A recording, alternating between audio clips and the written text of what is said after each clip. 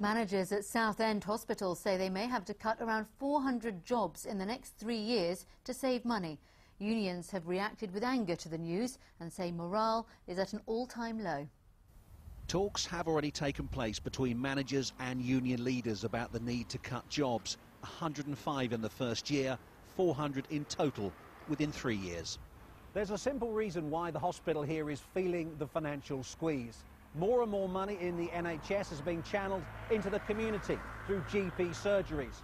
As they do more, units like this do less. Here, they're facing an estimated shortfall in funding of some £10 million. Well, obviously it's painful because staff, they do put in a lot of time, and they also do a lot of unpaid time as well because of the goodwill of the staff, because they care about their patients, and at the moment the morale is at rock bottom.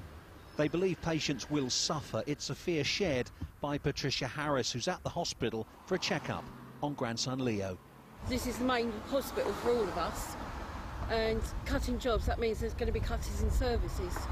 By rights, they should be employing more staff, not getting rid of staff. Hospital Chief Executive John Gillam says nothing's been finalised. In a statement he went on, "In the coming years we fully expect to be working differently. Naturally our staff will be affected, but the Trust's principal approach is to manage this through natural turnover and redeployment. The plan will be discussed by the hospital board next month." Kevin Birch, BBC Look East in Southend. Detectives in Norfolk have arrested a man on suspicion of murder in connection with the disappearance of a woman 6 weeks ago. Emma Ward, who was 22 and from Rockland St Peter, was last seen in March. A 28-year-old man is currently in police custody. Police dog handlers in Essex will have to follow new guidelines after one of their dogs bit a 4-year-old girl. The off-duty German Shepherd was being walked when the girl was attacked at Kismet Park on Canvey Island in April. Erica Carter de Freitas Galliano was bitten on the arm and has become terrified of dogs. A wine merchant from Bury St Edmunds reckons he has the best bargain in the trade, a bottle of wine for just £2. The cut-price bottles are selling fast, but there's a bit of a catch.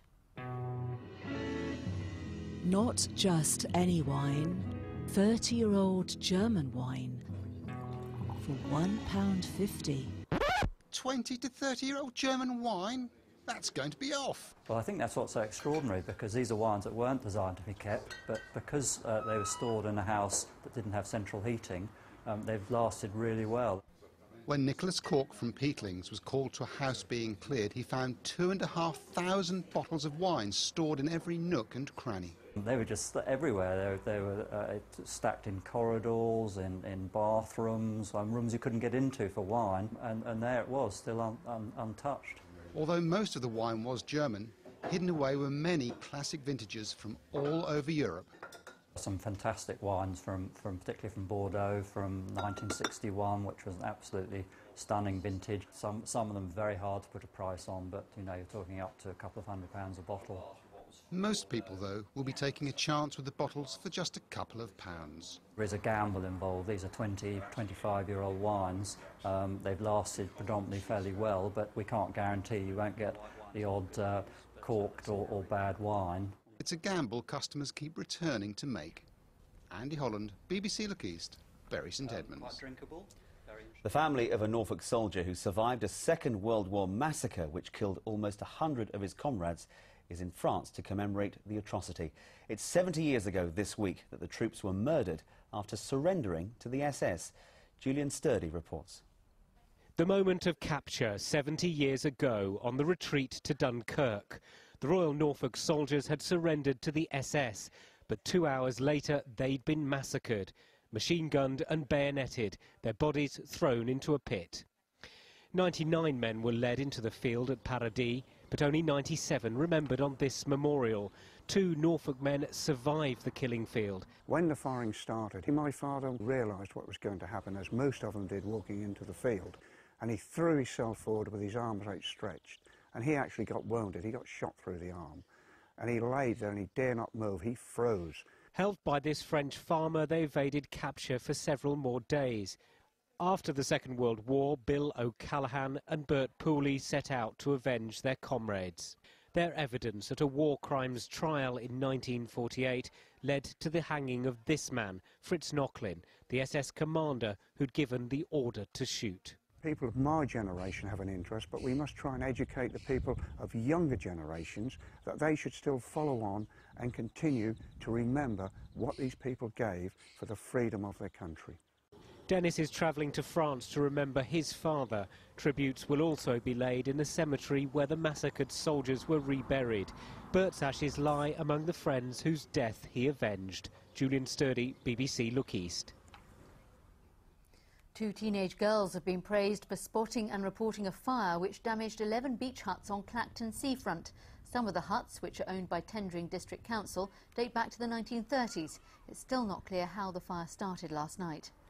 An extra £4.8 million has been found to repair roads in Norfolk damaged by the winter weather. £2 million has come from the County Council and £2.8 million from the government. Nearly all of it will be spent on resurfacing.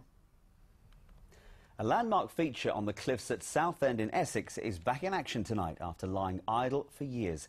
The resort's cliffside lift, called a funicular lift, needed a big grant to be renovated. One of only 26 in the country, the cliff lift at Southend-on-Sea has been here for the past 98 years. Corrosion of the carriage saw it close 5 years ago. £670,000 has now been spent on repairs and new rail lines to bring it up to modern safety standards. We didn't quite know what we'd find underneath the paintwork. Some of the original steelwork was 1912, and what couldn't be refurbished we had to renew. The new lift is part of general improvements to Southend's historic seafront. It's hoped the lift will make it easier to explore the town's conservation area at the cliff top. It's a much-loved icon of the people of Southend, and obviously those stairs are quite a long haul to come up and down those, so it has been missed. It's about the best thing that could have happened for this area, plus the fact we can't get up the steps now, so it's really nice. This is beautiful. It's just what it needs here, and we'll be using this to go down there and have our coffees. So. A nostalgic ride for some, but definitely easy on the legs for everyone. And at just 50p a trip, easy on the pocket too. Marianne Missandar, BBC Look East, Southend-on-Sea.